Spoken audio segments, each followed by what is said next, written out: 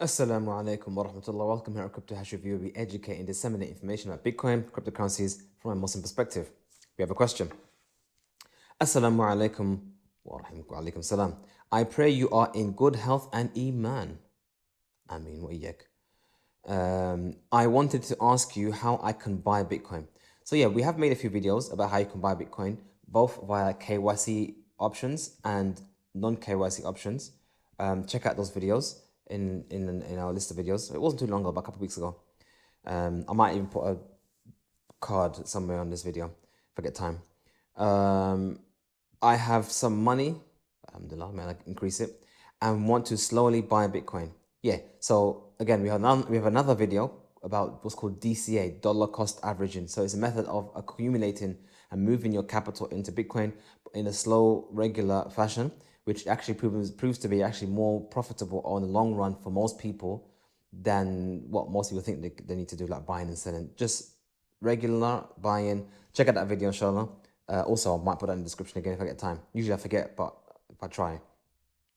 A friend of mine told me about it in 2013 and I didn't get any, laugh out loud. Now I'm regretting it. Yes, brother. That is the story of most people. Very few people hear about Bitcoin for the first time and jump on board. Most people hear about it and dismiss it.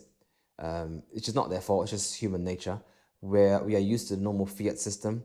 The idea of a system that is not as what the common norm, normally accepted system, it's just not feasible. I mean, I've even mentioned in some groups, there's a correlation between the adoption of Bitcoin and how Islam spread in the early times. I'm not saying that Bitcoin is a religion, don't get me wrong. Don't misquote me on that one. What I'm trying to say is that if you look at the way in which Islam became adopted, starting off small, being ridiculed, then being fought, and then eventually, yeah, if you just look at the stages whereby the Messenger of Allah and the companions, how it grew, you find a similar kind of thing with Bitcoin.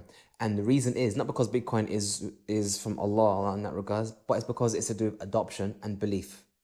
Belief system, so everyone believes in fiat. Something new comes along, challenges those ideas, and human nature comes into play. How do humans as a collective change their mindset, change their beliefs from that which is common to something which is uncommon, and how does that flip to whereby what was previously common is now rejected? So we're in the middle of that stage.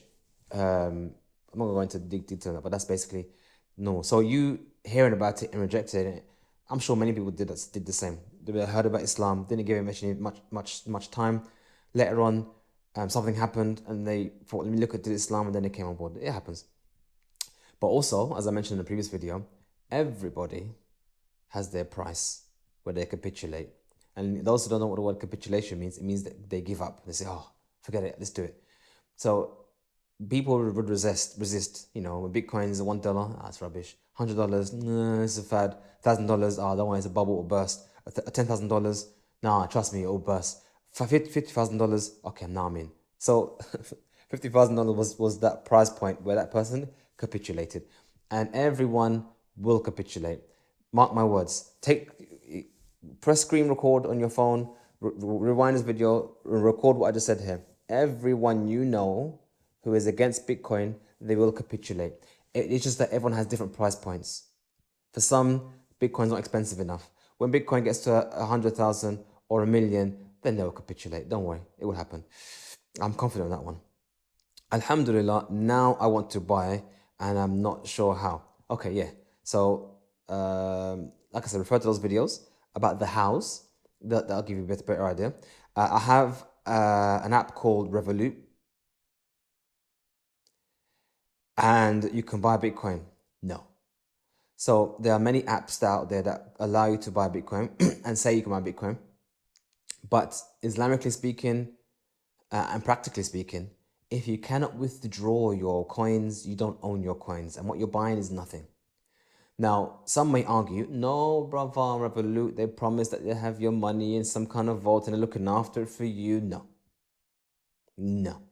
If you cannot take possession of something, in Islamically speaking, it's not yours. And that's actually what some people have, those who are against Bitcoin have a problem understanding.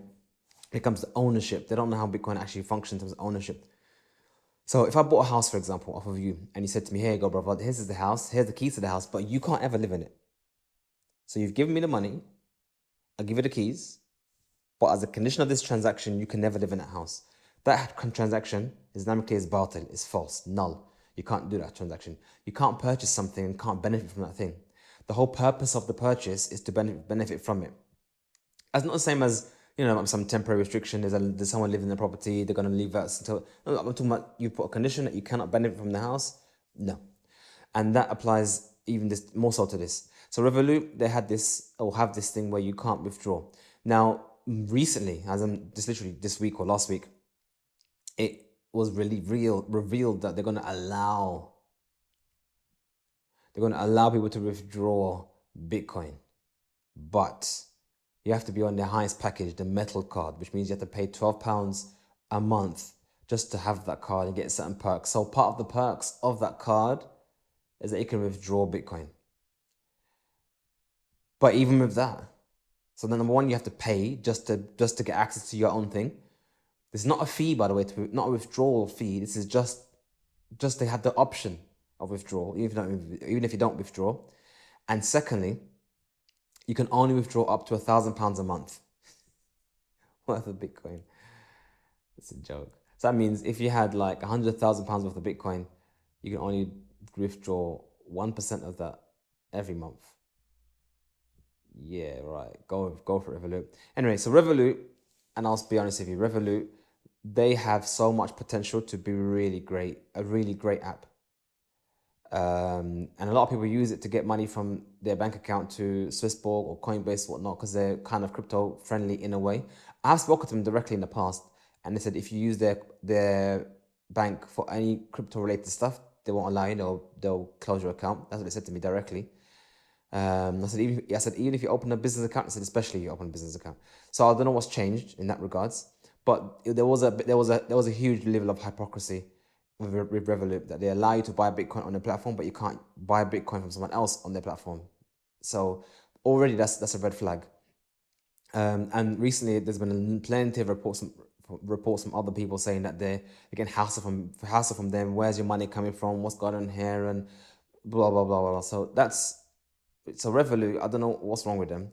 They could easily just be the de facto bank for everyone, but they're behaving their shenanigans. And this is the most recent shenanigans. So don't be deceived by their advertising of investment. If you can't take possession of it, you don't own it, so ignore them. Don't even look at their thing. If you're going to use Revolut, use it only to deposit your cash into Coinbase, Swissborg, Binance, but don't use it for anything else. That's my personal advice. But I've become aware that you don't actually own it. Yeah, Islamically speaking, they say you own it. They have it. But realistically, if you can't take it, you don't own it.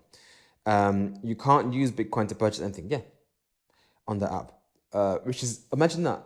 All they have to do is allow you to, they have a debit card. They can just literally just leapfrog everyone else and say, look, you can now use Bitcoin on their platform to buy stuff on any place except Visa. That would be amazing. That means people, if they just said, look, deposit your Bitcoin into our platform and you can spend it, and they'll just charge a normal exchange rate, they can make a killing. But they're just stupid, man. It's just dumb. All banks are dumb. The reason why banks are dumb is because they're trying to keep power of a legacy system. Trying to keep power of a legacy system. Something that's dying. They're trying to make sure they milk that cow more. Anyway, well, I kill all the banks. I mean, not the people. I'm talking about the banks. Yeah? Not people. You can't use that, but okay, yeah. Only can buy more or sell. Yeah. So one of the things that makes it stupid is that if you were to buy Bitcoin on their platform, to do anything with it, you have to sell it, which means it's a taxable event. So that means everything you do with Bitcoin, if you assume that you actually have it, is a taxable event. So imagine you bought Bitcoin at $3,000 and now it's $100,000. The only way you're going to benefit from that at all is if you sell it. And as soon as you do that, that's a taxable event. You have to pay for HMRC, all of it. So, whatever. I hope I'm making sense. You made perfect sense, alhamdulillah. Jazakallah khair. Wa iyyakum. Anyway, I hope you find this video beneficial. Please like this video, subscribe to our channel. If you have any questions, you can submit your questions on our website. If you want to make a book a call, you can do so again on our website. Subscribe to our channel, like this video, and share it to your friends and family. And may Allah give you plenty Bitcoin. Assalamu alaikum warahmatullah.